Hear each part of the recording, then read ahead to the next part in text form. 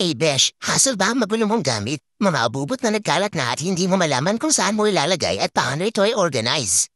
Chill lang, may sagot ako dyan, present ang the 220 liters quilt storage bag. Lagi kang naghahanap pero hindi makita ang isang gamit o comforter mo. Ito na ang solusyon, sa quilt storage bag, magiging organized at malinis ang storage mo. Perfect ito para sa dorm, attic, basement, at bedroom, hindi lang yan, versatile pa siya, pwede rin nilagay sa closet or ilalim ng kama para save space, multi-purpose storage, pwedeng gamitin para sa kama, suot, beddens, linens, at marami pang iba. Easy to clean, smooth surface kaya madali linisin, walang hassle, large capacity, malalaking size ang available para sa sorting at organizing ng lahat ng gamit mo. Kaya Besh, invest na sa maayos at organized storage system para hassle-free araw-araw. Bilhin mo na ang quilt storage bag sa tamang size at tiyakin na maayos ang yung storage space sa bahay mo. Check out na yarn. Please share and follow me for more suited sale. Salamat!